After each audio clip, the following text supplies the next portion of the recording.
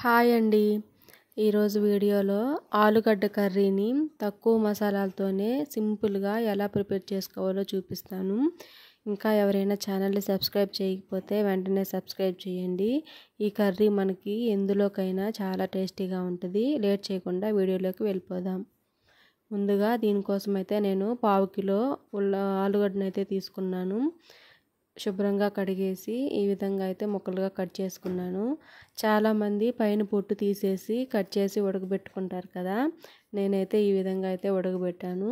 మొత్తం ఇలా కట్ చేసుకున్న తర్వాత ఇప్పుడు ఇందులోకి కొంచెం వాటరు, ఇందులోకి సరిపడినంత సాల్ట్ వేసి కొంచెం అంత పసుపు వేసి అయితే వీటిని బాగా ఉడికించుకోవాలి. మనకి ఈ విధంగా అయితే బాగా ఉడికిపోయాయి అన్నమాట ఆలుగడ్డలు. వీటిని ఒక ప్లేట్లో తీసుకొని బాగా చల్లారబెట్టుకొని ఈ విధంగా అయితే పైన పొట్టు అంతా తీసేసుకోవాలి ఆలుగడ్డలకు అన్నీ కూడాను. మొత్తం ఇలా పొట్టు తీసేసి పక్కన పెట్టేసుకొని ఇప్పుడు ఒక కడాయి పెట్టుకొని కర్రీ ఎలా ప్రిపేర్ చేసుకోవాలో చూద్దాము. ఇందులోకి ఒక 3-4 స్పూన్లు అయితే ఆయిల్ అయితే వేసుకోవాలి. ఇందులోకి కొంచెం జీలకర్ర, కొంచెం ఆవాలు, ఒక 2 లవంగం మొగ్గలు, ఒక యాలుక, ఒక దాల్చిన చెక్క అయితే వేసుకోవాలి. ఇది కొంచెం ఫ్రై అయిన తర్వాత సన్నగా కట్ చేసుకున్న పచ్చిమిరపకాయలు అయితే ఒక 2 వేసాను. మనం కారం వేసుకుంటాం కదా, అందుకైతే 2 వేసుకున్నాను. ఈ పచ్చిమిర్చి కూడా మనకు బాగా ఫ్రై అయిపోయిన తర్వాత ఒక పెద్ద సైజు ఉల్లిపాయని ఇలా చిన్నగా కట్ చేసుకొని అయితే వేసుకోవాలి. వీటిని బాగా మనము కలర్ వచ్చేదాకా అయితే బాగా ఫ్రై చేసుకోవాలన్నమాట. చూసారు కదా, ఈ విధంగా అయితే మనకు ఫ్రై అయింది. ఇప్పుడు ఒక రెమ్మ కరివేపాకు వేసుకొని ఇంకొక నిమిషం అటు ఇటు కరివేపాకు వేగేదాకా వేయించుకుంటే సరిపోతుంది. ఇప్పుడు ఇందులోకి ఫ్రెష్గా దంచుకున్న అల్లం పేస్ట్ అయితే 1 స్పూన్ వేసాను. మనకి అల్లం పేస్ట్ కూడా బాగా పచ్చివాసన పోవాలి. ఇక్కడ నాకైతే అల్లం పేస్ట్ కూడా బాగా పచ్చివాసన పోయిందనమాట. చూసారు కదా, ఈ విధంగా అయితే అయ్యింది. ఇప్పుడు ఇందులోకి మనం సన్నగా కట్ చేసుకున్న టమాటానైతే ఒక టమాటా అయితే వేసాను.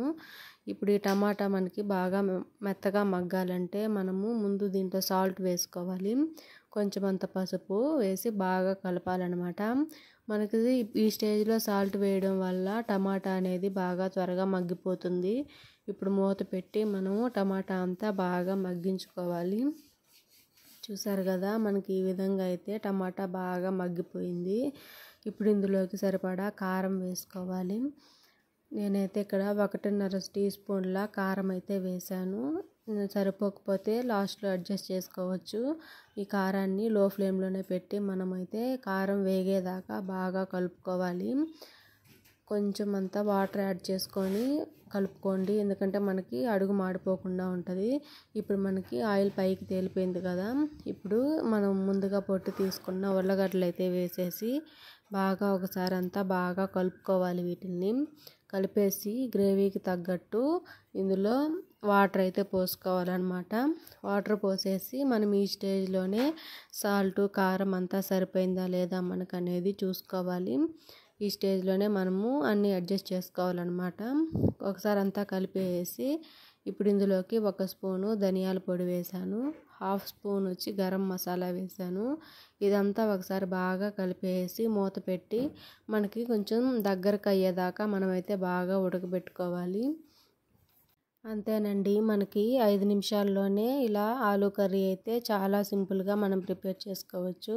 చివరిగా ఫైనల్గా కొత్తిమీర ఉంటే వేసుకోండి, నా దగ్గర లేదు అందుకే వేయలేదన్నమాట. చూసారుగా, మనకి ఈ విధంగా ఉన్నప్పుడే మనం దించేసుకుంటే మనకి చల్లారిన తర్వాత ఇంకా గట్టిగా అయిపోతుంది. ఇలా ఉంటే సరిపోతుందన్నమాట. అంతే, మనకి ఇది బగారా రైస్, చపాతీ, పూరి ఎందులోకైనా సరే మనకి చాలా టేస్టీగా ఉంటుంది. ఈ వీడియో నచ్చితే లైక్ చేసి మీ ఫ్రెండ్స్ అండ్ ఫ్యామిలీస్కి షేర్ చేయండి. ఇంకా ఛానల్ని సబ్స్క్రైబ్ చేయకపోతే వెంటనే సబ్స్క్రైబ్ చేయండి మరిన్ని వంట రెసిపీస్ కోసం. Thank you for watching.